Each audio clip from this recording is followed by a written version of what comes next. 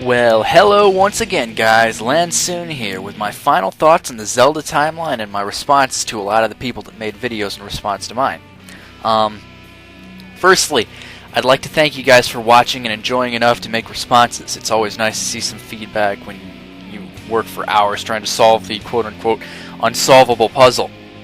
Now, I want to apologize to TrueEdge 2097. Because in all my timeline videos, not once did I mention the possible linear timeline theory, which I suppose is a very valid point. So I'm going to start off by trying to paint the picture of why I believe that cannot work. Firstly, we do realize, and most of us have accepted, that the Minish Cap is the first in the timeline for reasons that I'm not going to explain again for the sake of time. As such, it served as the prequel of the Four Swords, so that would make the Four Swords second, essentially on both timelines, whether it's split or linear, either or. Now, obviously the third game in the timeline, and thus the first game in the series that features the villain Ganondorf, that's where people begin to argue whether the timeline's split or not, and I'm going to mention reasons why. First, people will say that the official word is that it splits, and yes, I will agree that this gives us an excuse not to think, as TrueEdge said, and it seems kind of lazy. But the problem on the other end of the spectrum is that when you look at a linear timeline after Majora's Mask, it's just, pardon my French, too much of a clusterfuck when you try to place the next game. Because according to Twilight Princess, Ganondorf was sealed as treason for plotting against the royal family, which obviously alludes to the childhood ending of Ocarina of Time before Ganondorf rose to power. The problem with this is that you also have Ganondorf being sealed by the sages that were led by Zelda. This is obviously a different group of sages compared to the ones in Twilight Princess. Now obviously that sealing, of course, leads to Wind Waker. The problem with this in a linear timeline is that both of these sealings take place right after Ocarina of Time, and both on opposite ends of the spectrum. One where Ganondorf is sealed as the child Link ending, and one where Link leaves. And this explanation was given solely from what's shown in the games, not an official explanation or anything like that. You're shown in Twilight Princess that he was supposed to be executed for his actions, but instead he was just sealed. Also, lastly, if you really want me to show my own reason of why this cannot work, you simply need to look at my version of the split timeline. If you look at this, all the games after Twilight Princess, they all feature Ganondorf with the trident, which became his primary weapon in Four Swords Adventures Onward. Whereas on the right side of my timeline, notice two special things have happened. For one, none of them feature Ganondorf with the trident because he didn't gain the trident yet. He didn't gain the trident at all. He's simply an all-powerful being that fights with either swords in his human Ganondorf form or in his Ganon monster form, as seen in the original Legend of Zelda. And it is shown, it doesn't matter, that he has the power that he can switch back and forth. This was shown in Twilight Princess more so than Ocarina of Time. And also notice that after the Wind Waker, there is no more Master Sword, as it was lost at the bottom of the Great Sea. Phantom Hourglass, we have the Phantom Sword as the ultimate weapon, and in Legend of Zelda, it was the Magic Sword. Besides the Four Sword series, which obviously features the Pickery Sword, or Four Sword as the title suggests, these are the only games that has Link with a different ultimate sword than the Master Sword, besides, of course, the upgrades that it was given. You know, the Gilded Sword and the Golden Sword and A Link to the Past, those were just upgrades to the Master Sword.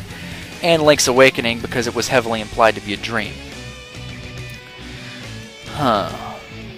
Next, one thing of note is the theory that P-Merc made popular, that Majora's Mask takes place in the timeline where Wind Waker takes place, which would be the right side in my timeline. Now, I've exercised my Twin Rova theory on why this couldn't work, but people misunderstood me. They thought I said that it couldn't take place because Twin Rova... The point of it is that it could take place there because it's an alternate universe. Twin Rova could take place there because they're good in Majora's Mask, and obviously in normal Hyrule, not Termina, they are evil. And it could take place on that side. But there's still the matter of the timeline that Link left. And if it's on the left side of this, in this theory, the timeline that Link left, if it's on the left side, Twinrova therefore exists twice on that timeline, officially in Hyrule. After being killed on the adult side of Ocarina of Time, they would be in the Oracle series, if you want to go with that theory. Now, while Majora's Mask could take place on either side in and of itself, if it was just up to Twinrova leaving, just simply disappearing in Ocarina of Time, but they were actually killed. It shows their death, and they argue when they're dying or dead or whatever it is. It means that the adult ending has to be on the right side because it cannot share the same side as the Oracles, which is obviously on the left side. And in coinciding with this, if the adult timeline has to be on the right, then Majora's Mask would have to be on the left. Confusing, I know, but watch this video a couple more times and I'm sure you'll get it. Now, since WickedX in his video gave his views on why he believes that the original 8-bit games can't take place on the right side of the timeline, I turn to the Great Sea Travel Agency to answer this question. Now, child, I ask you to turn to your map and tell me where we are right now. Yay! We're at Spectacle Island! And what's so special about Spectacle Island, young man? It's got 2 enormous circles as its island group! Anyway, yeah. Spectacle Rock is in Wind Waker as Spectacle Island, and since it was one of the highest places in Death Mountain, it is one of the few areas that looks recognizable no matter the game because of where it's placed in the geography. And if we look at the world map provided in Adventure of Link, you see that the lower portion that was explored in the original is desolate and seems like most of what was recognizable in the land of Hyrule was destroyed in the flood. However, if you look at the map, there is far more water here than most other interpretations of Hyrule, and it seems more of an archipelago, which is it has a mainland and a group of islands, if you will, rather than a large unified nation, which most interpretations of Hyrule will show it to be, which implies to me that it's still flooded per se, but the mainland has somewhat resurfaced from receding waters. So, in short, it's still flooded, but by a much more normal means than the Great Sea, which was completely over-dramatized in the Wind Waker games. Now, the thing that people have constantly stated in response to me placing the original 2 Zelda games, the original 2 8-bit games, on the right side is that the original Zelda would have died in the flood. Well, there's one little piece of information that people need to realize, and that is that it may not be the original Zelda that's sleeping there, but a newer Zelda that might have been introduced in the new quote-unquote Hyrule, whose waters receded.